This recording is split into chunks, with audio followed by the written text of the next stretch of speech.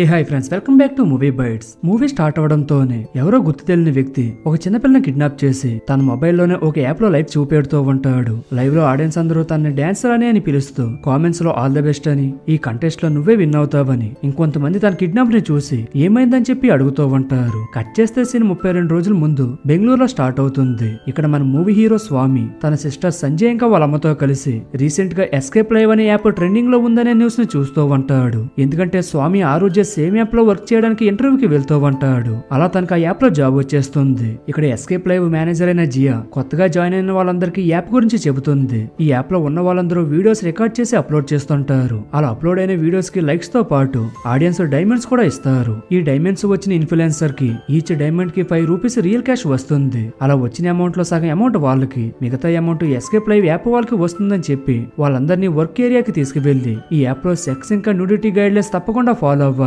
ఒకవేళ ఎవరైనా వాటిని ఫాలో అవ్వకపోతే వెంటనే వాళ్ళ అకౌంట్ ని బ్యాన్ చేసేయండి అని చెప్పి అక్కడ నుంచి వెళ్ళిపోతుంది. ఇప్పుడు సీన్ రాణి సింగ్ అమ్మాయి దగ్గరికి షిఫ్ట్ అవుతుంది. మూవీ స్టార్టింగ్ లో ఒక అమ్మాయి కిడ్నాప్ జరిగింది కదా, తానే ఈ రాణి సింగ్. ఇక్కడ రాణి వాళ్ళమ్మ సీత తనకి డాన్స్ షోలో సెలెక్ట్ అవడం కోసం ఒక ఓల్డ్ సాంగ్ డాన్స్ నేర్పిస్తూ ఉంటుంది. కానీ రాణి మాత్రం తను పోయినసారి కూడా ఇదే సాంగ్ కి డాన్స్ చేసి రిజెక్ట్ అయిందని, ఈసారి కూడా ఆ పాటే చేస్తే మళ్ళీ రిజెక్ట్ అవుతానంటూ వాళ్ళ అమ్మతో గొడవపడి వెళ్లి నిద్రపోతుంది. రాణి వాళ్ళ నాన్న విజయ్ కి మాత్రం తను డాన్స్ చేయడం పెద్దగా ఇష్టం ఉండదు. ఎందుకంటే తను రాణి చక్కగా చదువుకొని మంచిగా జాబ్ కి సెలెక్ట్ అవ్వాలని చెప్పి అనుకుంటూ ఉంటాడు. కానీ సీత మాటలు విన్న తను రాణి డాన్స్ చేయడానికి ఒప్పుకుంటాడు. నెక్స్ట్ సీన్ లో డార్కీ అని ఒక ఫేమస్ ఇన్ఫ్లుయెన్సర్ ఎస్కేప్ లైవ్ లో లైవ్ వీడియో స్టార్ట్ చేసి తన ఫ్రెండ్ మీద ఫ్రాంక్ చేస్తూ తన మీద ఒక క్రాబ్ ని వదులుతాడు. ఆ క్రాబ్ తన ఫ్రెండ్ ని గట్టిగా కొరికేస్తుంది. దాంతో తన ఫ్రెండ్ నిప్పుతో బాధపడుతూ ఉంటాడు. కానీ డార్కీ మాత్రం తన నిప్పుని పట్టించుకోకుండా లైఫ్ లో తన ఫ్యాన్స్ తో మాట్లాడుకుంటూనే ఉంటాడు. ఇంకా వాళ్ళ ఫ్రెండ్ కి పిచ్చ కోపం వచ్చి డార్కీని తన రూమ్ లో నుంచి వెళ్ళిపోమంటాడు. దాంతో డార్కీ తన ఫ్రెండ్ మీద అటాక్ చేసి అక్కడ నుంచి వెళ్ళిపోతాడు. ఈ లైవ్ మొత్తం వీరాజ్ అనే అతను చూస్తూ ఎంజాయ్ చేస్తూ ఉంటాడు.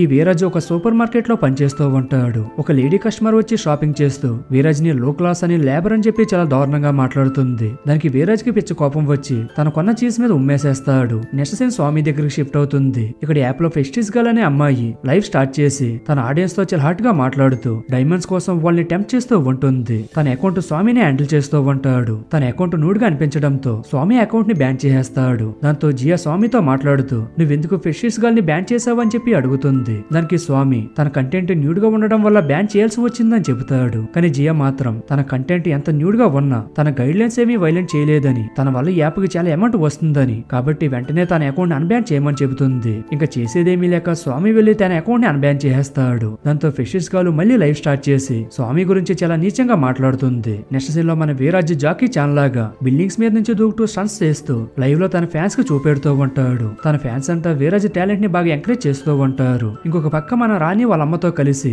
డాన్స్ ఆడిషన్స్ జరుగుతున్న ప్లేస్ కి వెళ్తుంది. ఇక్కడ తనకి సపోర్ట్ చేయడానికి వాళ్ళ మామ నందు కూడా వస్తాడు. ఇప్పుడు రాణి నందుతో మాట్లాడుతూ సీత మళ్ళీ తనకు అదే పాత పాటని సెలెక్ట్ చేసి డాన్స్ నేర్పించిందని చెబుతుంది. కానీ నందు తను పర్ఫార్మ్ చేసే టైం కల్లా ఆ సాంగ్ ని మార్చేసి మంచి బీట్ ఉన్న ఐటమ్ సాంగ్ ని పెడతాడు. రాణి కూడా దానికి ఫుల్ గా ఎంకరేజ్ చేస్తూ డాన్స్ చేస్తుంది. తన పర్ఫార్మెన్స్ చూసిన జడ్జెస్ తన ఏజ్ కి తను పర్ఫార్మ్ చేసిన సాంగ్ కి సంబంధం లేకపోవడంతో తన్ని రిజెక్ట్ చేసేస్తారు. దాంతో రాణి ఫుల్ గా ఏడుస్తూ అక్కడ నుంచి వెళ్ళిపోతుంది. తర్వాత ఆ డార్కీ మళ్ళీ లైవ్ ఆన్ చేసి నా ఫ్యాన్స్ అందరికి ఒక ఆఫర్ ఇస్తున్నాను. ఒకవేళ మీలో ఎవరైనా బాగా డబ్బున్న వాళ్ళు ఉంటే నేను వచ్చి కొద్ది రోజుల పాటు మీతోనే స్పెండ్ చేస్తానని చెబుతాడు. ఇంకొక పక్క స్వామి ముందు రోజు ఆఫీస్ లో జరిగిందాన్నే తలుచుకుంటూ జాబ్ మానేద్దామని చెప్పి అనుకుంటాడు. కానీ వాళ్ళ అమ్మ మాత్రం ఎలాగోలాగా తను కన్విన్స్ చేసి మళ్ళీ జాబ్ కు పంపిస్తుంది. అదే రోజు నైట్ ధ్రువ్ అనే వ్యక్తి డార్కీకి కాల్ చేసి వాళ్ళ ఇంటికి ఇన్వైట్ చేస్తాడు. ధ్రువ్ బాగా డబ్బున్నవాడు అవడంతో తన దగ్గరికి వెళ్ళడానికి డార్కీ ఒప్పుకుంటాడు. నెక్స్ట్ సీన్ లో సూపర్ మార్కెట్ మేనేజర్ విజయ్ చేసిన దాన్ని సీసీటీవీలో చూసి తన జాబ్ లోంచి తీసేస్తాడు. ఇప్పుడు సీన్ మళ్ళీ రాణి దగ్గరికి షిఫ్ట్ అవుతుంది. ఇక్కడ నందు తనకి ఈ ఎస్కేప్ లైవ్ యాప్ గురించి చెబుతూ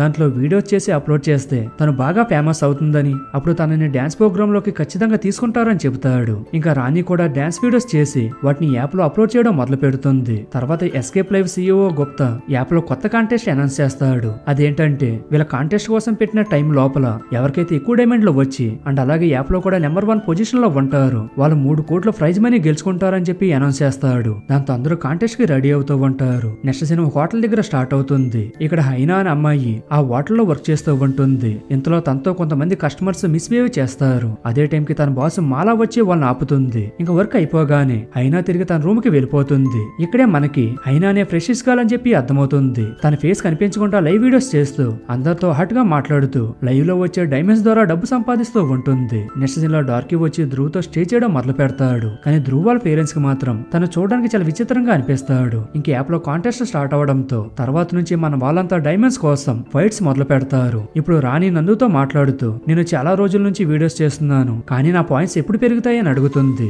అదే టైంకి స్వామి తనకి కాల్ చేసి రాణికి చాలా మంచి టాలెంట్ ఉంది, తను రెగ్యులర్ గా వీడియోస్ చేస్తే తన పాయింట్స్ బాగా పెరుగుతాయి, అప్పుడు తను ఈ కాంటెస్ట్ లో విన్ అవడం చాలా ఈజీ అవుతుంది. కొద్ది రోజుల్లో ఫేస్ ఆఫ్ చేయడం మొదలు పెడతారు. ఫేస్ ఆఫ్ అంటే రాణితో పాటు ఇంకొక కంటెస్టెంట్ ని సెలెక్ట్ చేసి ఇద్దరికి 1 minute టైం ఇస్తారు. ఎవరికైతే ఎక్కువ డైమండ్స్ వస్తాయో వాళ్ళ కాంటెస్ట్ లో ముందుకు వెళ్తారు. ఓడిపోయిన వాళ్ళ పొజిషన్ వెనక్కి వెళ్ళిపోతుంది. కాబట్టి రాణిని ఫేస్ ఆఫ్ కి రెడీగా ఉండమని చెబుతాడు. దాంతో రాణి చాలా హ్యాపీగా ఫీల్ అవుతుంది. నెక్స్ట్ సీన్ లో అయినా చాలా కాస్ట్లీ బట్టలు కొనుక్కొని తన వర్క్ కి వెళ్ళిపోతుంది. ఇక్కడ మాలా తన కొన్న బట్టలని చూసి ఇవన్నీ కొనడానికి తనకి డబ్బులు ఎక్కడి నుంచి వస్తున్నాయని చెప్పి డౌట్ పడుతూ ఉంటుంది. ఇంకొక పక్క డార్కీ ఇంకా వీరాజ్ మధ్య ఫేస్ ఆఫ్ మొదలవుతుంది. ఇక్కడ డార్కీ వీరాజ్ని తను పేదవాడని తన దగ్గర డబ్బులు లేవని చాలా ఎగతాళి చేస్తూ మాట్లాడతాడు. తన మాటలు విన్న వీరాజు కోపంతో అదిరిపోయే స్టన్స్ చేయడం మొదలు పెడతాడు. అలా ఒక్కసారిగా డార్కీ డైమండ్స్ పెరగడం ఆగిపోతాయి. వీరాజు డైమండ్స్ కౌంట్ ఏమో బాగా పెరిగిపోతుంటుంది. దాంతో ఈ కాంపిటీషన్ లో వీరాజు విన్ అయ్యి బాగా ఫేమస్ అవుతాడు. డార్కీకి ఒక్కసారిగా డైమండ్ కౌంట్ ఎలా తగ్గిందని చెప్పి స్వామి చెక్ చేస్తుంటాడు. కానీ తన జాబ్ రోల్ కి